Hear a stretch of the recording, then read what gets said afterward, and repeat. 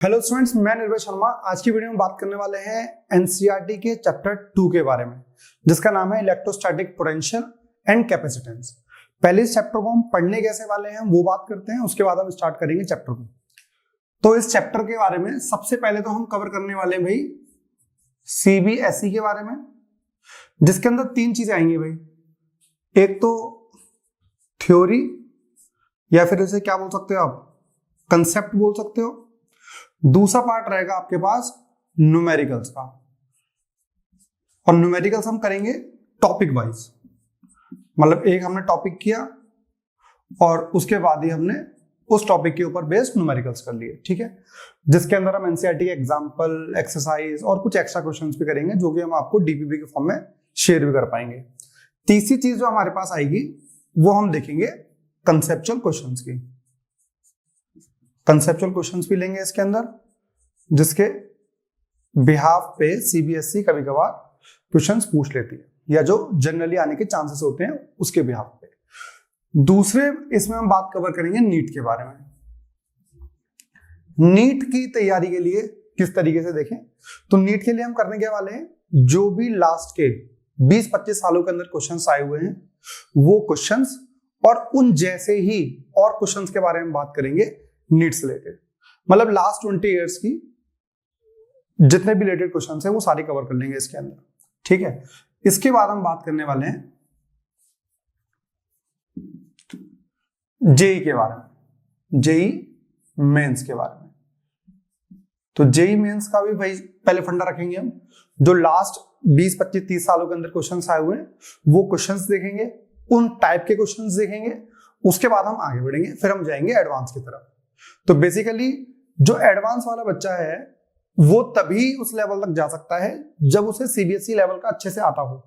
देखिए सिंपल सा कंसेप्ट है, यदि आपको थ्योरी क्लियर नहीं है तो आप न्यूमेरिकल और कंसेप्चुअल क्वेश्चंस के बारे में तो सोच ही नहीं सकते। नीट की जो फिजिक्स होती है वो सीबीएसई थोड़ी सी ऊपर मान सकते हो आप, कंसेप्चुअल बेस्ड होती है, तो वो आपको तभी समझ में आएगी फिर ये वाला क्लियर होगा। तो पहले हम ये वाला पोर्शन कवर करेंगे, क्योंकि इस साल आपका बोर्ड भी रहेगा, तो ये वाला पोर्शन भी क्लियर होना चाहिए, प्लस जो आप में से नीट का एग्जाम देना चाहते हैं उनके लिए भी चीज क्लियर हो जाए। जो बच्चे जेईई मेंस के लिए प्रिपेयर कर रहे हैं भाई, ये वाला पोर्शन भी जरूर देखना, क्योंकि नीट के अंदर जो सीबीएसई पीएमटी का पहले पेपर हुआ करता था उसके अंदर कुछ क्वेश्चंस इतने अच्छे हुआ करते थे कि इन वाले बच्चों का बेसिक चेक हो जाता है, क्लियर नहीं चेक हो जाता है। क्योंकि अब आपसे ये बात करिए ना, यदि आप इंटरनेशनल गेम खेलने वाले हो क्रिकेट में और आपने रणजी नहीं खेल रखा तो ये मतलब क्या है, तो ये रणजी की तरह काम करेगा। नेशनल लेवल पे यदि आपको मैच खेलना है तो नीट वाला, विदाउट नीट के क्वेश्चंस करे बिना यदि आप डायरेक्ट ये करते हो तो कहीं ना कहीं आप डायरेक्ट क्वेश्चन के अंदर फंस रहे होगे, डिमोटिवेट हो गए, आप सोचोगे यार जेई का पेपर बहुत मुश्किल आता है। लेकिन आपका यदि बेसिक अच्छा हो गया होगा तो आप उन क्वेश्चंस को बड़े आराम से कर पाएंगे, ठीक है। तो आइए स्टार्ट करते हैं इस चैप्टर को। और पहला टॉपिक जो इस चैप्टर का है वो टॉपिक आपने पढ़ा हुआ है क्लास 10th के अंदर इलेक्ट्रिसिटी में, जिसका नाम था इलेक्ट्रिक पोटेंशियल, पढ़ा है आपने वहां पे, है ना। और यहां पे इसका नाम है इलेक्ट्रिक पोटेंशियल। पहला टॉपिक इस चैप्टर का यही है। तो साथ साथ में जब कभी भी आप वीडियो देखेंगे तो नोट्स ही बनाते हुए चलना है। और दूसरी चीज क्या है, एनसीईआरटी को भी अपने पास रखें। कभी कभार मैं एनसीईआरटी में से मार्क करवाऊंगा कि एनसीईआरटी में देखिए ये चीज लिखी हुई है, जो चीज आपको आगे फॉलो भी करनी है, ठीक है। क्योंकि सीबीएसई के पॉइंट ऑफ व्यू से और नीट के पॉइंट ऑफ व्यू से एनसीईआरटी का क्लियर होना बहुत ज्यादा जरूरी है, क्योंकि वो उसी कंसेप्ट बेसिक लाइंस के ऊपर भी क्वेश्चन कई बार डाल देते हैं, ठीक है भाई। तो इलेक्ट्रिक पोटेंशियल को समझने के लिए सबसे पहले आपको एक कंडीशन लेनी पड़ेगी। आपको लास्ट चैप्टर कितना यूज है इस चैप्टर को समझने के लिए, लगभग ना के बराबर। मींस मान लीजिए 5 to 10% चैप्टर जो है वो इंटरलिंक्ड है। कोई बच्चा ये ना सोचे कि मेरे को वो नहीं आता तो ये समझ में नहीं आएगा, ठीक है ना। तो सबसे पहले हमने क्या करा है, हमने एक पॉजिटिव चार्ज रखा है जिसका हमने रखा है Q, और भाई जहां पे हमने रखा हुआ है उस पॉइंट को हम नाम दे रहे हैं O, मतलब ओरिजिन मान सकते हो आप इसे। तो ओरिजिन पोजीशन पर आपने कैपिटल Q चार्ज को रखा हुआ है। जब ये कैपिटल Q चार्ज आपने रखा तो इस कैपिटल Q चार्ज के अंदर अपना एक इसका अपना फील्ड होगा। फील्ड का मतलब जिसको हम क्या बोलते थे, जिसको हम बोलते थे इलेक्ट्रिक फील्ड। अपना इसका इलेक्ट्रिक फील्ड रहेगा। अब चीज क्या होती है, कि जैसे इलेक्ट्रिक फील्ड का मतलब बेसिकली ऐसा समझ सकते हो जैसे मैग्नेट का भी मैग्नेटिक फील्ड होता है। जैसे बार मैग्नेट को यदि आप यहां पर इस तरीके से रख रहे हो तो ये बार मैग्नेट किसी भी सपोज आयरन के पीस को अट्रैक्ट कर सकती है ना। तो एक रेंज होती है ना अट्रैक्शन की। ऐसा तो नहीं है ना कि यहां आपने बार मैग्नेट पकड़ रखी है और बगल वाले अंकल के घर में कोई सामान आयरन का पड़ा हुआ है तो वो उठा के ले आए। हालांकि बहुत ही सिचुएशन इतनी अच्छी है, यदि आप वाकई में ऐसा कर पाओ तो आप दूसरे के घर को तहस नहस कर सकते हो, पर ऐसा कुछ है नहीं। इसकी अपनी एक रेंज होती है जिस रेंज के अंदर ये दूसरी चीजों को क्या कर सकता है, अट्रैक्ट कर सकता है। सिमिलरली चार्ज के आसपास का भी एक रीजन होता है जिस रीजन के अंदर ये चार्ज या तो किसी दूसरे चार्ज को अट्रैक्ट कर सकता है या फिर दूसरे चार्ज को रिपेल कर सकता है। यदि वो दूसरा वाला चार्ज नेगेटिव था तो ये उसे अट्रैक्ट कर लेगा और दूसरा वाला चार्ज पॉजिटिव था तो ये उसे रिपेल कर देगा। तो इट डिपेंड्स कि वो चार्ज का नेचर कैसा है। बात समझ में आ गई? तो हम कर क्या रहे हैं, हम इंफिनिटी से एक चार्ज को उठाकर ला रहे हैं। मतलब इंफिनिटी से आप उठा के लाए एक चार्ज को, कहां पे, एक पॉइंट पे, और इस पॉइंट का हमने नाम दे दिया भाई पॉइंट ए। बात समझ में आ गई? तो इंफिनिटी से एक चार्ज को उठा के ला रहे हो और वो चार्ज है क्यू नॉट। तो जब इंफिनिटी से एक चार्ज को उठा के लाओगे, एक चार्ज क्यू नॉट पे, जैसे ही इस इलेक्ट्रिक फील्ड के अंदर घुसोगे, यार देखो एक तो इलेक्ट्रिक फील्ड ऐसा नहीं होता बिल्कुल इस लाइन की तरह ही, इसके बाहर भी थोड़ा बहुत इलेक्ट्रिक फील्ड होगा, ऐसा नहीं होगा, बिल्कुल नेग्लेक्ट नहीं होगा, वो चीज धीरे धीरे कम होती रहती है वो। तो हम ऐसे नहीं कह सकते कि बिल्कुल इसके बाहर है ही नहीं। एक टाइम बाद ऐसा हो जाता है कि हम उसे नोटिस करना बंद कर देते हैं, या फिर आप ये कहोगे कि वो कैलकुलेट करोगे भी तो बहुत छोटा होगा। तो जनरली आप क्या कहोगे कि एक पॉजिटिव टेस्ट चार्ज को, ये पॉजिटिव क्या है, पॉजिटिव टेस्ट चार्ज, तो पॉजिटिव टेस्ट चार्ज को आप उठाकर ला रहे हो इसके फील्ड के अंदर। तो जैसे ही फील्ड के अंदर घुसोगे आपको एक्सटर्नल फोर्स लगानी पड़ेगी। क्यों? क्योंकि ये वाला चार्ज इस चार्ज को क्या कर रहा होगा, रिपेल कर रहा होगा। बात समझ में आई? तो क्या बोल सकते हैं हम, electric potential eight A point in A electric field. पहली चीज तो इलेक्ट्रिक पोटेंशियल जो है ना भाई, वो किसी पॉइंट के लिए डिफाइन किया जाता है। मतलब इस पॉइंट पे इलेक्ट्रिक पोटेंशियल अलग होगा, इस पॉइंट पे इलेक्ट्रिक पोटेंशियल अलग होगा, इस पॉइंट पे इलेक्ट्रिक पोटेंशियल अलग होगा। मतलब हर पॉइंट के लिए आप इलेक्ट्रिक पोटेंशियल डिफाइन कर सकते हो। मतलब जैसे बी पॉइंट है आपके पास और बी पॉइंट पे इलेक्ट्रिक पोटेंशियल निकालना है तो क्या होगा, work done in moving a test charge, कहां से बेटा, इंफिनिटी से उठाकर ला रहे हो आप, कहां पे, बी पॉइंट पर। तो जो वर्क डन लगेगा वो किस लगेगा, जो भी वर्क डन लगेगा वो इस बी पॉइंट के पोटेंशियल की फॉर्म में स्टोर हो जाएगा। तो क्या बोले, electric potential eight A point in electric field. एक तो पर्टिकुलर पॉइंट का होता है, दूसरी चीज इलेक्ट्रिक पोटेंशियल आप डिफाइन कर सकते हो सिर्फ इलेक्ट्रिक फील्ड के अंदर। बात समझ में आई ना? क्योंकि वर्क डन तभी लगता है जब आप किसी के अगेंस्ट काम करते हो। तो जब बाहर इलेक्ट्रिक फील्ड ही नहीं है तो चार्ज को उठाते घूमो, कोई दिक्कत वाली बात ही नहीं है।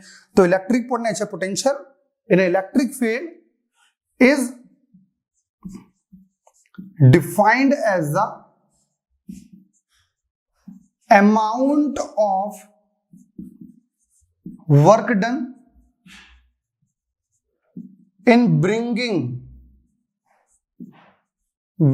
a, किसको उठा के ला रहे हो भाई आप, bringing a positive test charge, in bringing a amount of work done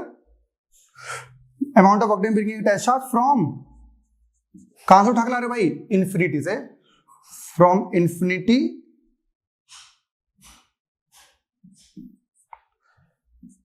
to a point.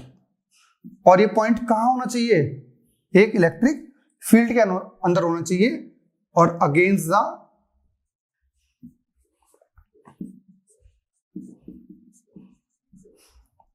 Electrostatic force. मतलब इलेक्ट्रोस्टैटिक फोर्स के अगेंस्ट जब आप किसी चार्ज को उठाकर लाते हो और उस चार्ज को उठाने में जो वर्क डन लगता है, वो वर्क डन क्या होता है, उस पॉइंट के पोटेंशियल में स्टोर हो जाता है। तो जनरली आप क्या कह सकते हो, मतलब पोटेंशियल एनर्जी, ठीक है ना। जैसे क्या बोला है आपने, पोटेंशियल यदि एट ए आपको डिफाइन करना है तो क्या बोलोगे, work done in bringing a test charge from infinity to a point A. तो इन्फिनिटी टू ए, एरो क्या बता रहा है, इन्फिनिटी से कहां तक लेकर आ रहे हो, ए तक लेकर आ रहे हो, डिवाइडेड बाय किसको उठाकर ला रहे हो, पॉजिटिव टेस्ट चार्ज को। तो पोटेंशियल एट ए यदि कभी आपको निकालना हो तो कैसे निकालोगे, work done in bringing a test charge from infinity to point A, infinity to point A तक उठा के लाने में कितना वर्क डन लगा, वो वर्क डन डिवाइड बाय जिस चार्ज को उठाकर ला रहे थे वो। दो चीजें हमारे पास यहां पे मैटर करती हैं। यदि वी बी डिफाइन कर रहा हूं आपको तो क्या करोगे, V B is equals two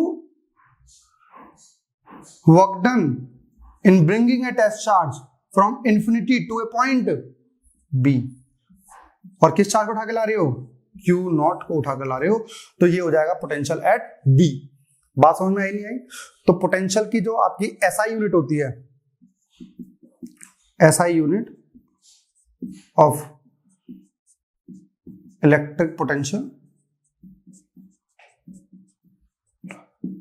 is volt, मतलब वी। अब सपोज यहां से यहां तक लाए हो, इस पॉइंट का अपना पोटेंशियल होगा कितना, 20 वोल्ट। ऐसे बताइए वर्क डन ए तक लाने में ज्यादा लगा होगा या फिर वर्क डन बी तक लाने में ज्यादा लगा होगा?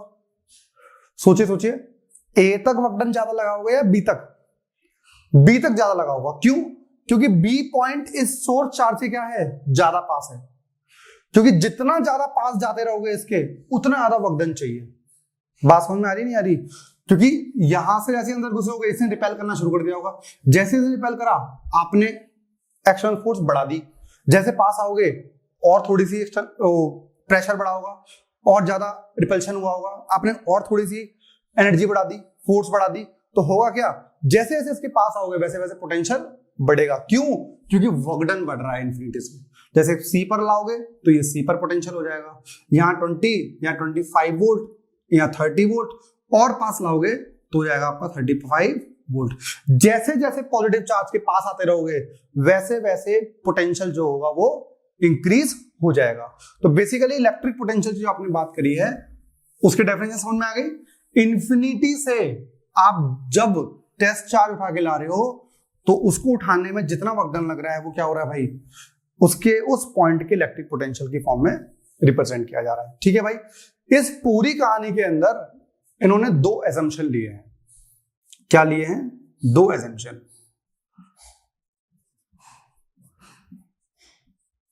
एनसीईआरटी के अंदर इन्होंने लिख रखा है, पहला एजम्पशन तो ये लिया है जो टेस्ट चार्ज क्यू नॉट ले रहे हो ना वो इतना छोटा हो कि ये ओरिजिनल कॉन्फ़िगरेशन को क्या करे, उसको डिस्टर्ब ना करे। जैसे यार आप इस ओ पॉइंट पे कैपिटल क्यू चार्ज रखा हुआ था तो इसका अपना एक फील्ड था, तो आप फटाफट से भाग के क्या ले आए, एक क्यू नॉट उठा लाए।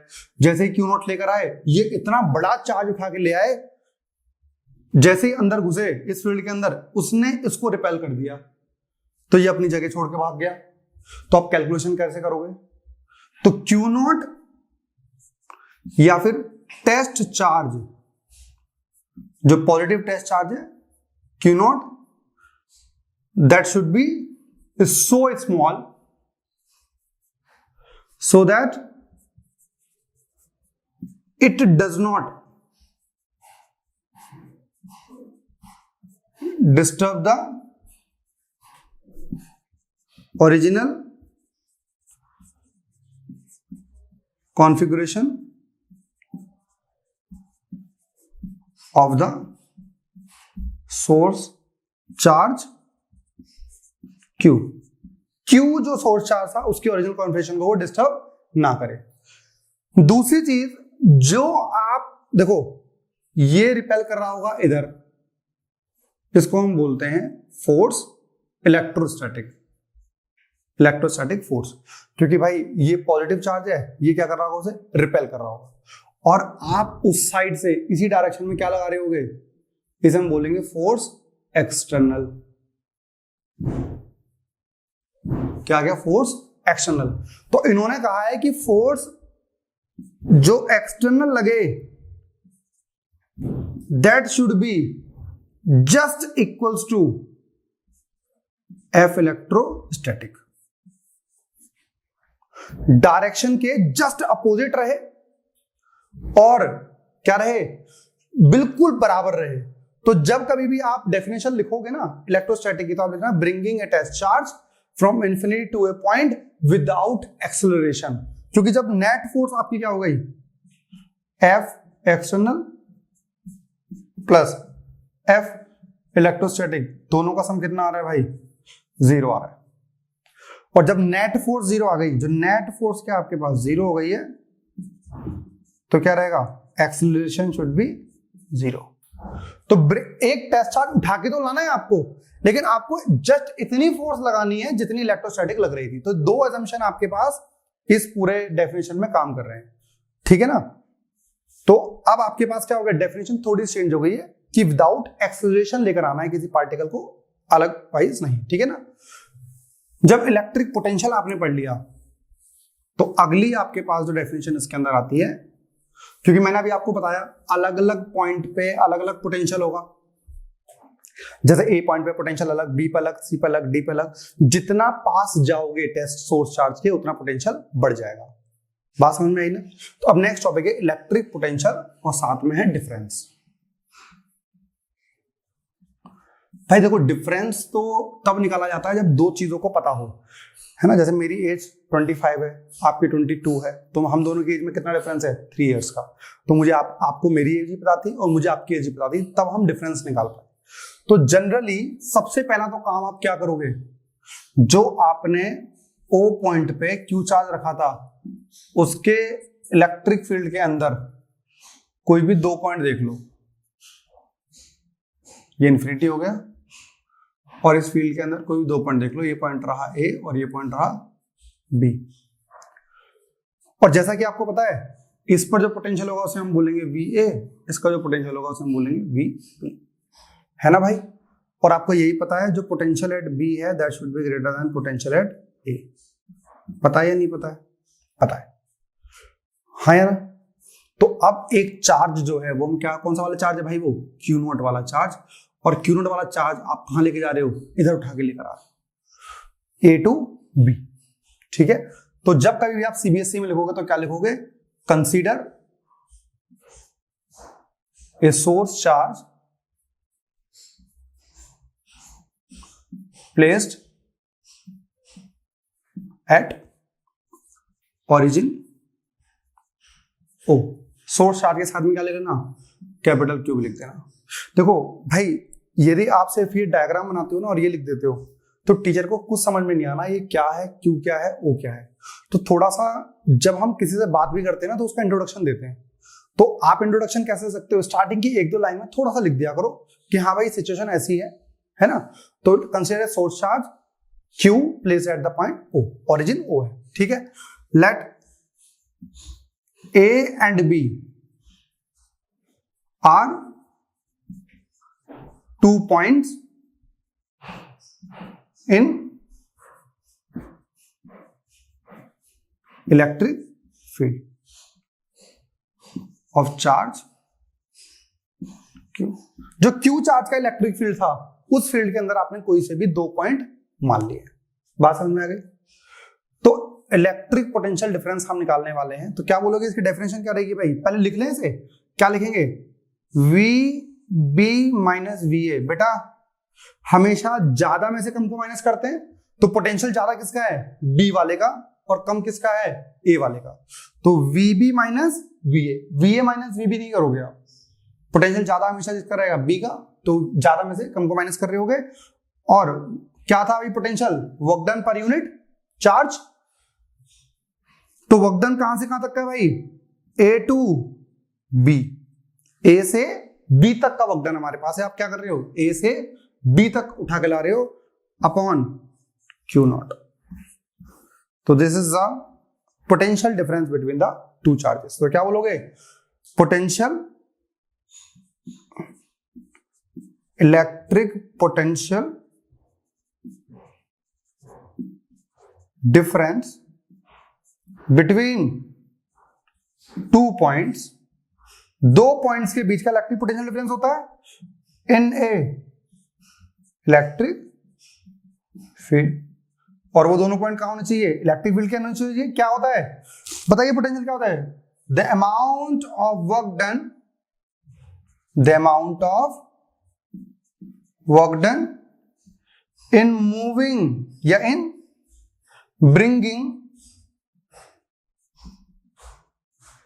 ए test charge, generally test charge हमेशा पॉजिटिव ही होता है, in bringing a test charge.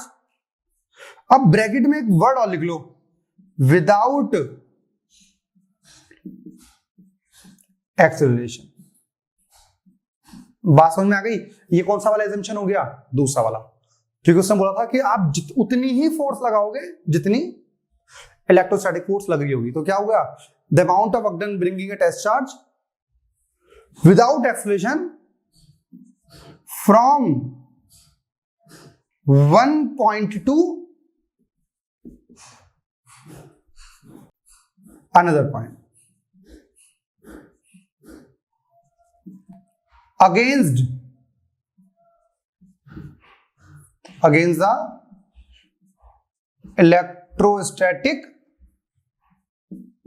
force। Electrostatic force के अगेंस्ट जाना है आपको, एक चार्ज को उठाकर क्यू नॉट उठा के ला रहे हो ए से लेके बी तक, किसके, क्योंकि इलेक्ट्रोस्टैटिक फोर्स क्या है, उधर लग रही है और आप इधर लेकर आ रहे हो, दोनों अपोजिट है। विदाउट एक्सेलरेशन लेके जाना है, जो चार्ज क्यू नॉट लेकर जा रहे हो वो इतना छोटा होना चाहिए कि उसके ओरिजिनल कॉन्फिगरेशन को डिस्टर्ब ना कर दे। ये तो हमारे असम्पशन थे, ये हमारी दोनों हो गई है। This is the definition of the electric potential difference. बात समझ में आ गई। इसकी यूनिट वही रहेगी जो उसकी रहेगी। अब भाई हमारे पास पूरी कहानी ये आई है, जब कभी भी हम एक पोटेंशियल को डिफाइन करते हैं तो क्या होता है, work done per unit charge, work done per unit charge. अरे यार वर्क डन क्या है, मतलब यदि आप कहा जाए कि वर्क डन सपोज 20 है और चार्ज हमारे पास 5 है, तो क्या कर दोगे, 20/5, 4 वोल्ट हो गया। लेकिन वो वर्क डन कहां से आया, सबसे बड़ी चीज तो ये है। तो हमने क्या करा है, हम एक कैलकुलेशन कर रहे हैं स्पेशली फॉर वर्क डन। तो हमने क्या करा है, एक पॉइंट O है जिसे आपने चार्ज कर रखा है कैपिटल Q, ठीक है, और आप एक R डिस्टेंस की दूरी पर क्या निकालना चाहते हो, P पॉइंट पे पोटेंशियल निकालना चाहते हो। यहां से यहां तक का जो डिस्टेंस है वो क्या है, R है। बात समझ में आ गई। मतलब अभी तक हम कह रहे थे ना, जैसे आपने अभी लास्ट वाली चीज को ही इमेजिन करना, आपने कहा सर पॉजिटिव पॉइंट है, इसका अपना इलेक्ट्रिक फील्ड है, इस पॉइंट पे पोटेंशियल अलग होगा और इस पॉइंट पे पोटेंशियल अलग होगा, इसे VA बोलेंगे, इसे VB बोलेंगे। अरे VA और VB तो ठीक है, यदि मैं आपसे बोलूं कि ये 5 सेंटीमीटर दूर है और ये 4 सेंटीमीटर दूर है, तो बताइए इस पर कितना पोटेंशियल होगा, इस पर कितना पोटेंशियल होगा। मतलब आप दो अलग अलग पॉइंट्स पे क्या निकालना चाह रहे हो, पोटेंशियल निकालना चाह रहे हो। तो वो उस पोटेंशियल को आप किस प्रकार से कैलकुलेट करोगे, उसके लिए हम चाह रहे हैं एक फॉर्मूला हमारा ड्राइव हो जाए। तो इसे हेडिंग क्या है, electric potential due to a point charge जो कैपिटल Q है। तो इसके लिए हमने क्या करा, अब हम चार्ज कहां से उठा के ला रहे हैं भाई, इंफिनिटी से, Q नॉट को इस डायरेक्शन में उठा के जा रहे हैं। तो हमने क्या करा, उसके इलेक्ट्रिक फील्ड के अंदर हमने 2 पॉइंट तो मान ही रखे थे, एक पॉइंट हमारा A, दूसरा पॉइंट हमारे पास था B, दोनों के बीच का जो डिस्टेंस हमने मान लिया है dx। ठीक है भाई, क्योंकि आपको पता होगा जब हम एक बहुत बड़ी चीज को कैलकुलेट करना चाहते हैं तो हम छोटे से पार्ट को कैलकुलेशन करते हैं और उसे क्या कर देते हैं, इंटीग्रेट कर देते हैं। तो जनरली हमारे पास क्या है, A से B तक का जो डिस्टेंस है वो हम कैलकुलेट कर लेते हैं। तो A पर हमारा क्या है, चार्ज Q नॉट है और उसका डिस्टेंस कितना है, यहां से ये डिस्टेंस हमारे पास है x, that is distance x from the source charge O। बात समझ में आ गई नहीं आ गई बेटा आपको, what is the work done. मतलब कि इस पूरी कहानी को समझिए, डायग्राम का मतलब क्या है, रटना नहीं है। फिजिक्स में 1% भी आप रटते हो ना, तो भाई एक चीज याद रखना, CBSE का पेपर नहीं अटेम्प्ट कर पाओगे प्रॉपर तरीके से। बेसिक कंसेप्ट क्लियर है आपके, ये जैसे बेसिक कंसेप्ट, यदि बेसिक कंसेप्ट क्लियर है तो आप बड़े आराम से क्वेश्चंस कर पाओगे। तो समझना है, रटने की कोशिश नहीं करनी। यदि आपको समझ में नहीं आ रहा है तो कमेंट में लिख दीजिए सर ये वाली प्रॉब्लम मुझे हो रही है। जैसे ही हमारा अगला एपिसोड आएगा, जो अगली वीडियो आएगी, उस वीडियो के अंदर मैं आपका नाम लेके आपकी प्रॉब्लम को सॉल्व कर दूंगा। बिल्कुल टेंशन लेने की वाली बात नहीं, ठीक है ना। यहां पर इन्फिनिटी से हम चार्ज को लेकर आए, धीरे धीरे आगे बढ़ते रहे बढ़ते रहे बढ़ते रहे बढ़ते रहे। इस फील्ड के अंदर एक पॉइंट था ए, और इस ए पॉइंट से थोड़ा सा आगे बी तक हम चार्ज को लेकर गए हैं, और उन दोनों पॉइंट के बीच का डिस्टेंस है dx। और एक सबसे पहले हमने एक सिचुएशन को ऑब्जर्व किया जहां पे चार्ज ए पॉइंट पे रखा हुआ था। कहां रखा हुआ था भाई? ए पॉइंट पे रखा हुआ था, और जो ए पॉइंट है वो ओरिजिन से x डिस्टेंस की दूरी पर है। ठीक है भाई, तो सबसे पहले तो ये कहानी को हमें सीबीएसई के चेकर को समझाना है, क्या सिचुएशन क्या चल रही है। तो क्या चल रही है? Consider a source charge Q placed at point O। O point पे हमारे पास एक सोर्स चार्ज रखा हुआ है, and we wish to determine, हम इच्छा कर रहे हैं किस चीज की? डिटरमाइन करने की, कैलकुलेट करने की। We wish to determine the electric potential, at point, बेटा किस पॉइंट पर चेक डिटरमाइन करने की कोशिश कर रहे हो? At point P at a distance, भाई इसका डिस्टेंस कितना है? At a distance R from origin O। Origin से इसका डिस्टेंस कितना है? R। ये दो लाइन आप लिख देते हो ना, तो भाई इंट्रोडक्शन मिल गया टीचर को। सबसे पहले भाई हमारे पास चार्ज कहां पर था? Q0 चार्ज था A पर, तो वो एक फोर्स फील कर रहा होगा इलेक्ट्रोस्टैटिक, क्योंकि ये क्या कर रहा है? इसे रिपेल कर रहा है। तो क्या? Force experienced by charge Q0 charge force experience कर रहा है एट पॉइंट, कहां पर बैठा हुआ है भाई वो? At point A, by Coulomb's law. क्या बोलते थे Coulomb's uncle? Force is equals to k, दो चार्ज का मल्टीपल होता था। कौन कौन सा चार्ज? एक चार्ज है कैपिटल Q जो रिपेल कर रहा है, और ये Q0 जो हो रहा है। तो K कैपिटल Q0 बाय, बेटा इन दोनों के बीच का डिस्टेंस, मतलब दो चार्ज के बीच का डिस्टेंस भी लेते थे ना उसमें, बाय x स्क्वायर। जब फोर्स आप ले रहे हो और फोर्स एक वेक्टर क्वांटिटी है, तो डायरेक्शन जरूर बतानी है। तो डायरेक्शन करेगी, फोर्स क्या है? Away from O। जो फोर्स है वो क्या है? अवे फ्रॉम O, और क्या लिख सकते हो? Directed away from O to A, मतलब O से A की तरफ फोर्स लग रही है आपके पास, जो कि रिपल्सिव फोर्स है उसकी। हाँ या ना? तो ये तो हमारे पास लग रही है फोर्स जो ये Q0 एक्सपीरियंस कर रहा है। अब आपका मन क्या हो रहा है? A से लेके B तक उठा के लाने के लिए, तो आप लिखोगे स्मॉल वर्क डन। भाई स्मॉल वर्क डन क्यों? क्योंकि थोड़े से डिस्टेंस पे उठा के लेके जाना है। Small work done to bring a charge Q0 from A to B। बेटा A से लेके B तक आप चार्ज को उठा के लेके जा रहे हो अगेंस्ट द इलेक्ट्रोस्टैटिक फोर्स, ये जरूर अगेंस्ट द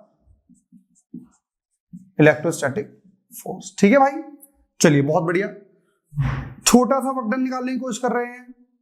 वर्क डन का फॉर्मूला पढ़ा था, फोर्स इनटू डिस्प्लेसमेंट। बेटा स्केलर क्वांटिटी होता है, यदि वेक्टर लगाओगे तो प्रॉपर लिखना, वेक्टर नहीं लगा रहे हो तो क्या लिखना? F dx cos theta. अब मेन कहानी तो थीटा वाली आ गई भाई आप इसको डिस्प्लेसमेंट करा रहे हो इधर, और ये फोर्स लगा रहा है इधर, तो एंगल कितना हो गया है? 180 डिग्री। हाँ या ना? तो क्या डाल दोगे? dw is equals to F dx cos 180 degree, और बेटा cos 180 क्या होता है? -1, तो F dx आ गया आपके पास dw। किसी प्रकार की परेशानी आपको? मतलब छोटा सा इस पोर्शन का वक्डन तो हमने निकाल लिया, छोटा सा वक्डन इज इक्वल्स टू जितनी फोर्स एक्सपीरियंस कर रहा है। भाई बताना कितनी फोर्स एक्सपीरियंस कर रहा था ये, k capital Q naught by x square into d x, इतनी फोर्स कर रहा था ये एक्सपीरियंस। तो छोटा सा वक्डन आया, वो छोटा सा वक्डन क्या आ गया भाई, D W is equals to minus K Q naught by x square D X. दिख रहा है, ठीक है, दिख रहा है ना भाई आप सभी को नीचे तक। तो ये आपका वक्डन आ गया है, छोटा सा वक्डन आया भाई यहां से यहां तक। तो अब आपको निकालना है टोटल वक्डन। टोटल वक्डन कहां से भाई, आप उठा के कहां से लाए हो इस चार्ज को, सर इन्फिनिटी से उठा के लाए हैं। कहां तक लाए हो बेटा, पी पॉइंट तक उठा के लाए हैं। तो total work done in bringing a test charge from infinity to point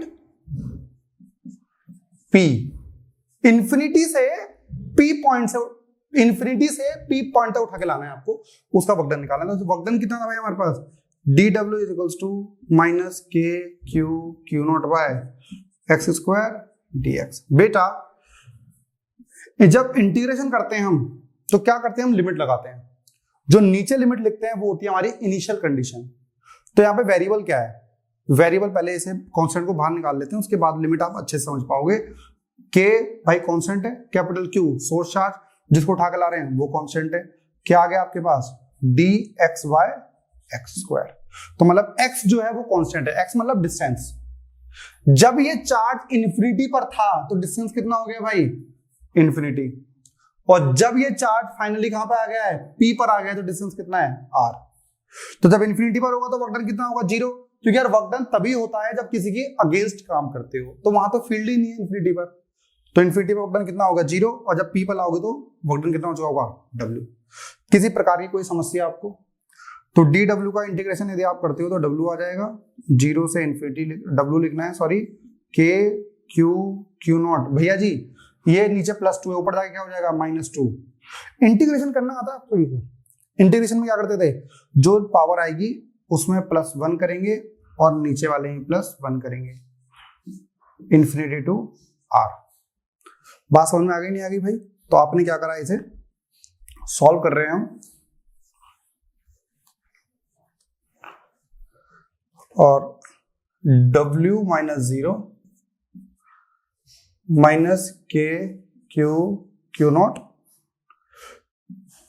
x की power -1 upon -1 infinity to R. बेटा -1 ब्रैकेट के अंदर है, बाहर आएगा, W is equals to minus K Q naught by -1 1 by X infinity to R. इससे ये cut गया, W is equals to K Q naught bye.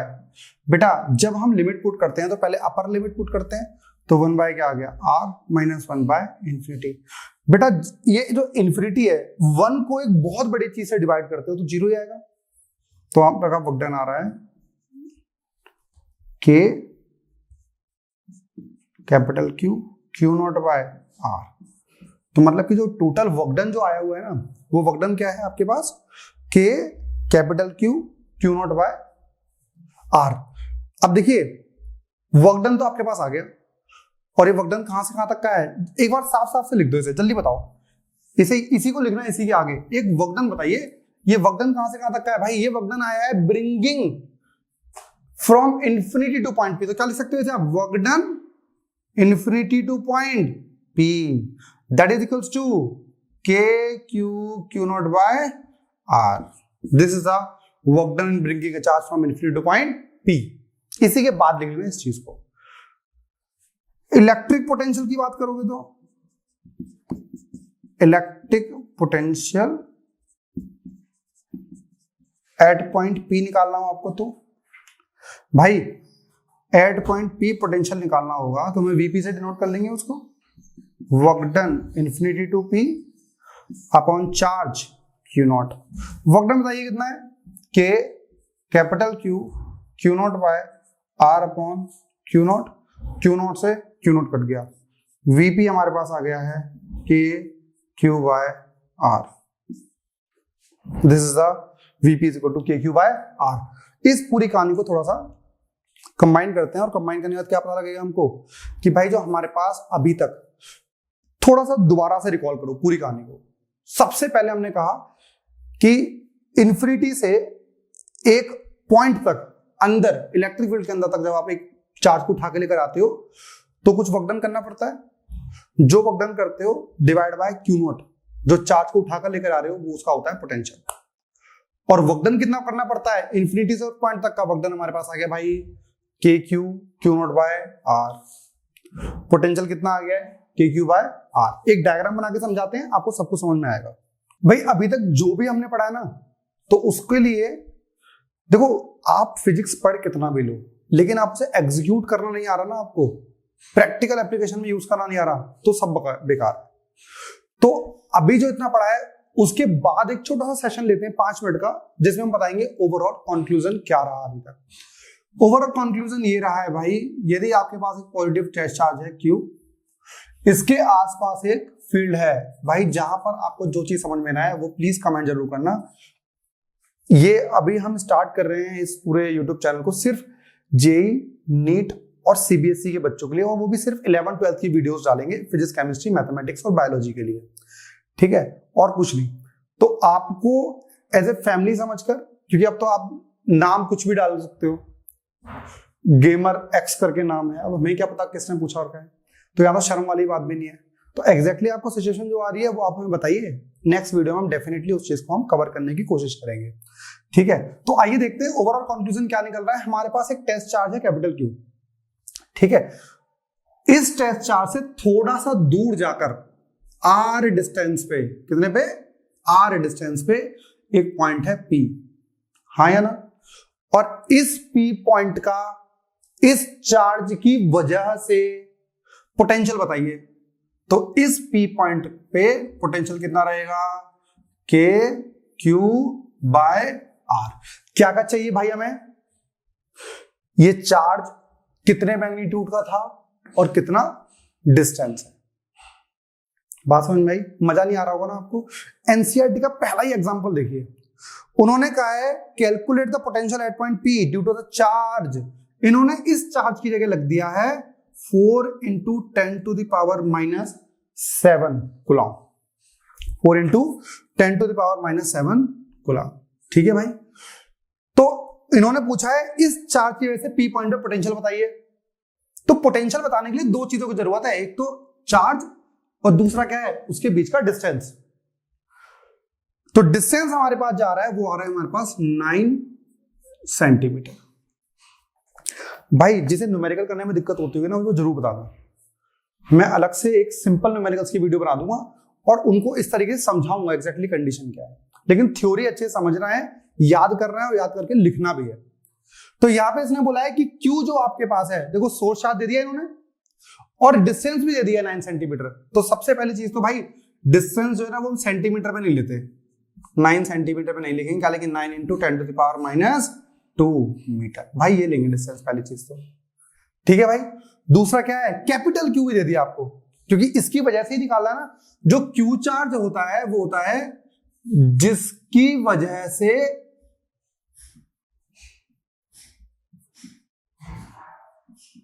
Potential develop हो रहा हो। भाई अपनी कॉपी में हिंदी में लिखने से शर्माने वाली बात नहीं है, हमें फिजिक्स समझ में आनी चाहिए, इंग्लिश नहीं। तो यदि किसी को भी न्यूमेरिकल करने में प्रॉब्लम होती है ना, ये जरूर फॉलो करें, के Q by are.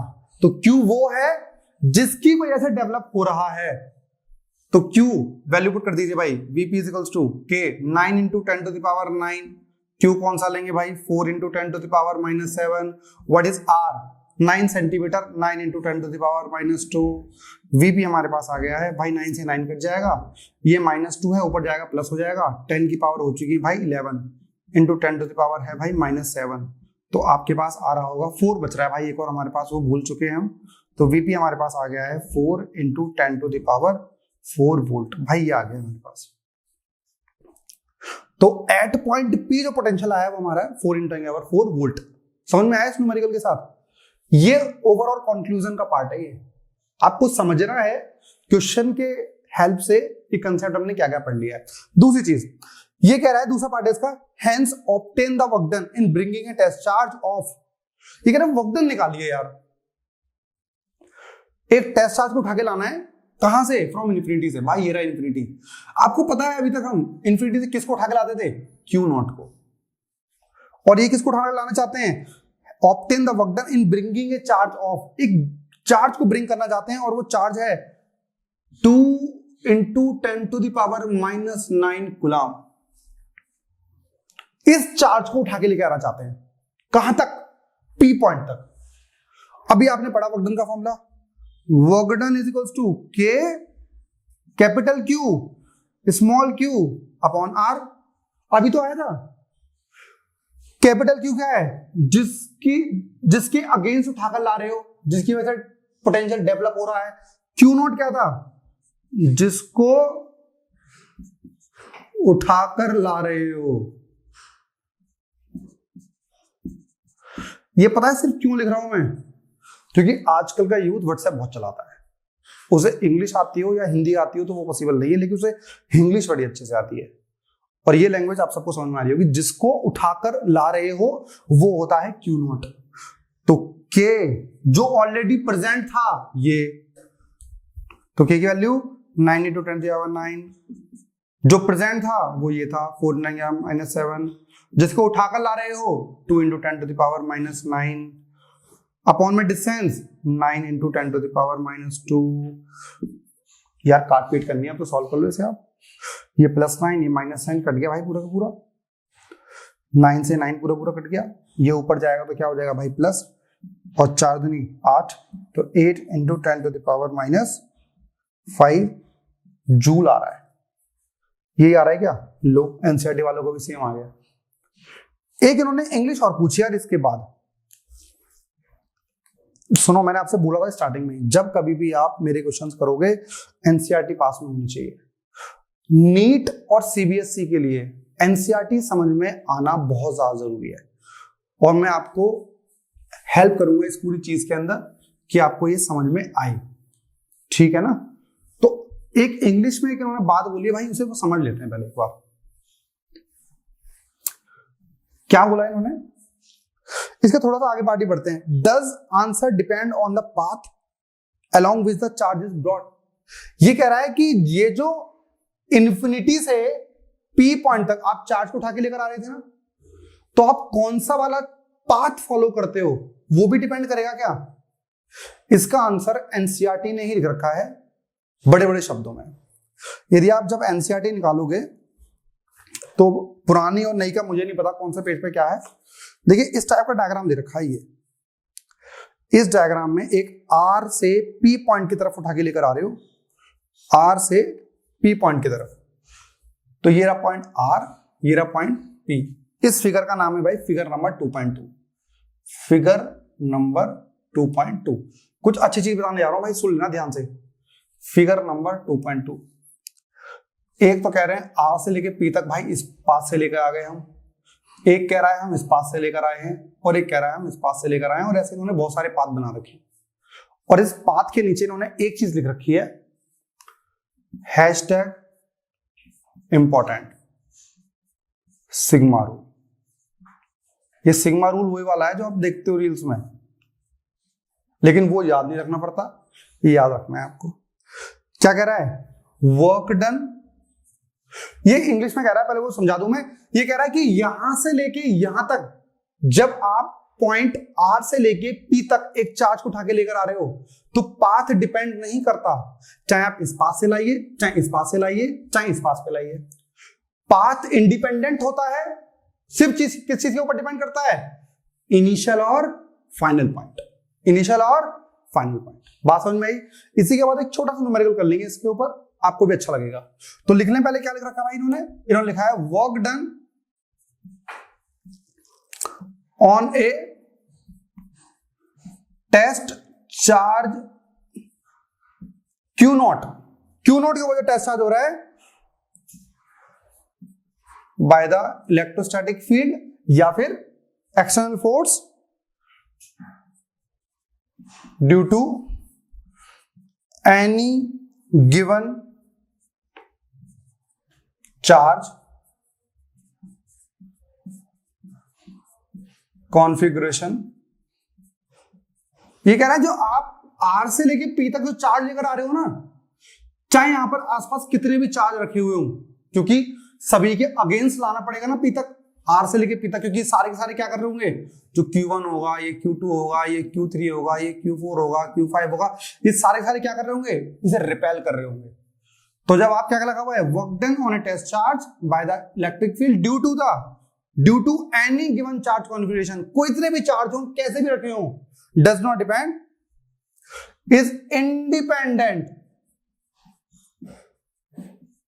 is independent, underline, is independent of the path, path के ऊपर डिपेंड नहीं करता। किस चीज के ऊपर डिपेंड करता है भाई,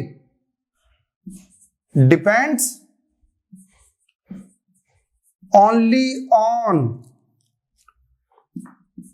it's initial and final position.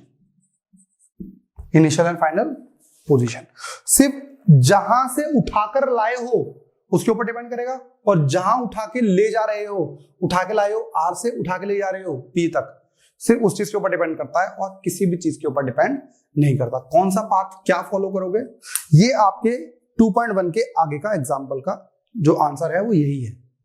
तो आप बोलोगे कि सर पाथ के ऊपर डिपेंड नहीं करता, it depends only on the initial and final point. क्योंकि क्यों ऐसा रीजन क्या है, ये रीजन इसका ये है क्योंकि ये electrostatic force and gravitation force both are the conservative forces. अब आप बोलोगे कंजर्वेटिव फोर्सेस क्या होती हैं, कंजर्वेटिव वो फोर्सेस होती हैं जो पोटेंशियल एनर्जी पूरी काइनेटिक में चेंज हो जाए और काइनेटिक एनर्जी पूरी पोटेंशियल में, या फिर टोटल एनर्जी क्या रहती है किसी भी टोटल मैकेनिकल एनर्जी क्या रहती है, कांस्टेंट रहती है। तो ये कंजर्वेटिव फोर्सेस हैं जो सिर्फ किसके ऊपर डिपेंड करती हैं, इनिशियल और फाइनल पॉइंट के ऊपर, ना कि पाथ के ऊपर। बात समझ में आ गई। ये आपको समझ में थोड़ी सी और आएगी जब आप एक एग्जांपल, एक क्वेश्चन करोगे। भाई ये क्वेश्चन कौन सा करें, एक्सरसाइज का निकालिए क्वेश्चन नंबर 12, बड़ा ही प्यारा सा क्वेश्चन है। क्वेश्चन नंबर निकालिए 12, एनसीईआरटी खोलो भाई फटाफट जल्दी से, और एनसीईआरटी का क्वेश्चन नंबर 12 निकालना है आपको।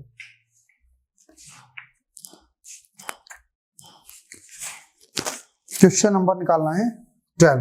क्या कह रहा है भाई, ये पढ़िए एक बार। ये कह रहा है कि ये चार्ज ऑफ 8 माइक्रोकूलम,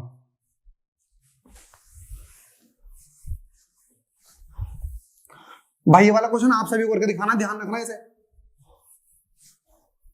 एनसीईआरटी का क्वेश्चन है। मैं आपसे क्या बोल रहा हूं, एनसीईआरटी जो अपना कंटेंट लिखती है ना, वो कोशिश करती है कि पूरा का पूरा वो आपको एग्जाम्पल के थ्रू या फिर इंटेक्स या फिर एडिशनल क्वेश्चन के थ्रू समझा दे। जो मैं आपको क्वेश्चन नंबर 12 बोल रहा हूं ना, वो एडिशन में दे रखा है, पहले नहीं है। आप देख रहे होगे, आपने यदि खोला होगा तो क्वेश्चन नंबर 12 जो है वो एडिशन के अंदर है। क्वेश्चन नंबर 12 एडिशनल एक्सरसाइज का पहला ही क्वेश्चन है। क्या बोल रहा है भाई, ये कह रहा है charge of 8 microcoulomb is located at the origin. रख लो भाई, यहाँ पे एक वही बना लेते हैं प्रॉपर। ये हो गई भाई हमारी एक्स एक्सिस, ये हमारी हो गई Y axis. Question number 12 NCERT exercise, ठीक है भाई।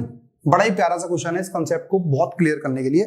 ये कह रहा है कि a charge of 8 microcoulomb is located at the origin, calculate the work done in bringing a small test charge of -2 × 10⁻⁹ coulomb from infinity from point P. भाई एक चीज सुनो, पहली चीज तो ओरिजिन पे एक चार्ज रखा हुआ है, ये कौन सा वाला चार्ज हो गया, कैपिटल क्यू, क्योंकि सोर्स चार्ज जिसकी वजह से पोटेंशियल डेवलप होता है। बात समझ में आ रही ना। कितना रखा हुआ है भाई, ये 8 माइक्रोकूलम। कितना होता है भाई 8 माइक्रोकूलम, 8 × 10⁻³ कूलम। ये तो क्यू चार्ज हो गया। बात समझ में आ रही नहीं आ रही। कह रहा है कैलकुलेट वर्क डन निकालिए, ठीक है। Taking a small test charge, बेटा जिसको उठाकर ला रहे हैं, लिखा था ना अभी पीछे, जिसको उठाकर लाते हैं वो कौन सा चार्ज था, क्यू नॉट। कितना है भाई, -2 × 10⁻⁹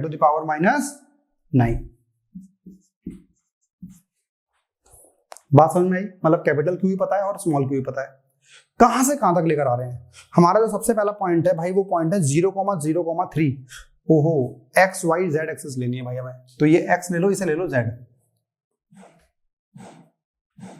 एक्सिस, यहां कहीं ले लेना आप क्या, वाई एक्सिस। बात समझ में आई? तो ये एक्स और ये जेड एक्सिस। तो जेड एक्सिस पे एक पॉइंट है 0,0,3, तो भाई ये वाला पॉइंट हमारा रहेगा 1, ये 2 और ये 3। तो ये वाला जो पॉइंट है वो हमारा पॉइंट कितना हो गया, 0,0,3। इस पॉइंट, ये पी पॉइंट है, यहां से हमने उठाना शुरू करा है, ठीक है भाई। टू ए पॉइंट क्यू, जो क्यू पॉइंट है वो कहां पर है, वो हमारा पॉइंट आ रहा है 0,4,0। ओहो, मतलब ये हम एक्स एक्सिस नहीं ले सकते, इसे क्या लेना पड़ेगा, हमें वाई एक्सिस लेनी पड़ेगी, क्योंकि कोऑर्डिनेट कौन से पे है, वो है। मैं आपके लेवल पे आगे क्वेश्चन सॉल्व कर रहा हूं, कहीं आप सोचो सर ये एक्सिस क्यों काट रहे हैं, मैं आपके लेवल पे आ रहा हूं, क्वेश्चन समझ रहा हूं, आपको एज इट इज समझा रहा हूं, और जो मैंने बताई थी लैंग्वेज उसके ब्याह पे क्वेश्चन सॉल्व कर रहा हूं। तो ये देखना, डायग्राम समझना कि क्या समझ में आ रहा है नहीं आ रहा है। जो वाई पॉइंट कितना है भाई, 0,4,0, तो भाई ये पहला पॉइंट, ये दूसरा, ये तीसरा, ये चौथा, तो आपका हो गया 0,4,0। जल्दीबाजी की बात नहीं है, 1 घंटे में 2 क्वेश्चन भी समझ में आ गए ना, फिजिक्स कंसेप्ट क्लियर हो गई, तो भाई 2 क्वेश्चन के ब्याह पे 2000 क्वेश्चन कर सकते हो। नहीं समझ में आ रहा है, कुछ नहीं हो रहा है, तो आप कितना भी रट लो, एक भी न्यूमेरिकल सॉल्व नहीं हो पाएगा आपके पास। तो ये वाला पॉइंट है P, और जिस पॉइंट पे लेके जा रहे हो वो पॉइंट है भाई Q।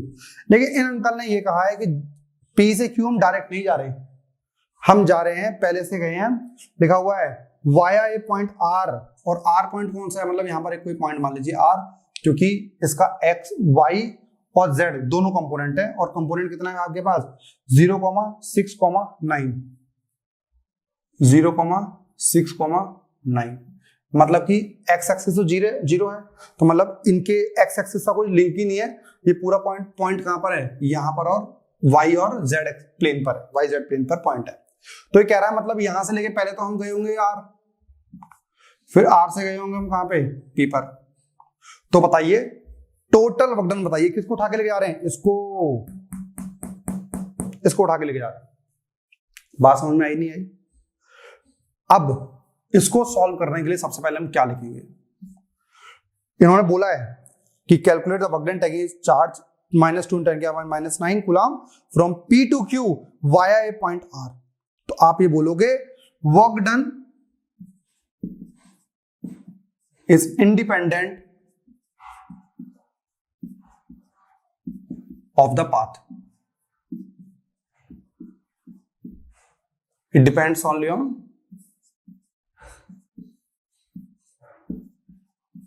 on initial and final position।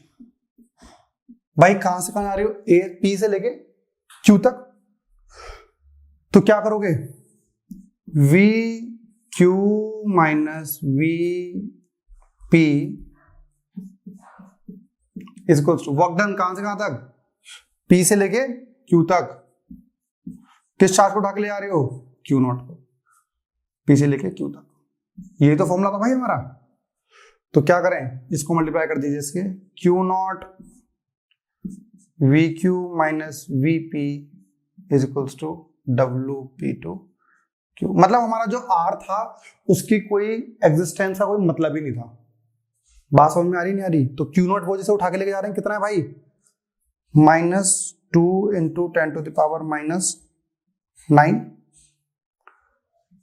भाई VQ बताइए, इस पॉइंट की वजह से इस पॉइंट में पोटेंशियल, तो क्या होता था, K कैपिटल Q अपॉन उन दोनों के बीच का डिस्टेंस। तो Q कौन सा आता था, जो सोर्स चार्ज था, तो सोर्स चार्ज कैपिटल Q है, अपॉन R कितना बेटा, ये 4 सेंटीमीटर, देखो सब में सेंटीमीटर लिख रखा था इन्होंने, ये तो 4 सेंटीमीटर, 4 × 10⁻⁻2 माइनस VP बताइए ये कितना है, ये भी KQ अपॉन R कितना बेटा, ये 3 है, 3 into 10⁻⁻2 is equals to work done P2Q। सिर्फ कैलकुलेशन करनी है आपको इसके अंदर।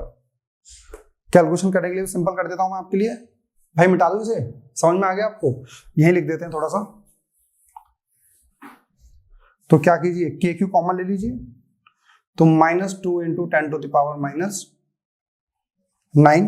KQ कॉमन ले लिया तो KQ वैल्यू 9 इंटू 10⁻⁹ और Q कितना है भाई 8 इंटू 10⁻⁻3।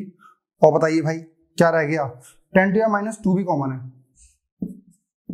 बचेगा कितना 1/4 - 1/3 is equals to work done P से लेके Q तक।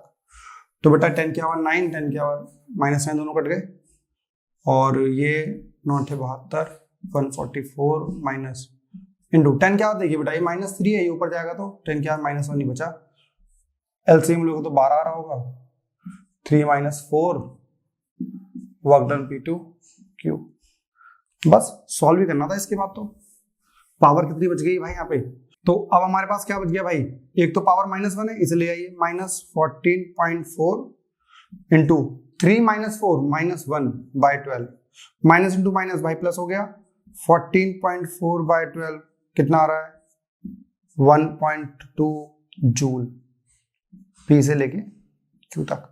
तो this is the best example जिससे आप सिर्फ ये प्रूव कर रहे, क्या प्रूव कर रहे थे आप इस पूरे कहानी से, सिर्फ ये प्रूव कर रहे थे जब कभी आपको एक पॉइंट से दूसरे पॉइंट तक जाना है और कहीं पाथ आपको फॉलो करते हुए जाना है तो पाथ इंडिपेंडेंट होता है, आपको सिर्फ किस चीज को फैक्टर देना चाहिए, कहां से जा रहे हो कहां जा रहे हो, P से लेके Q तक।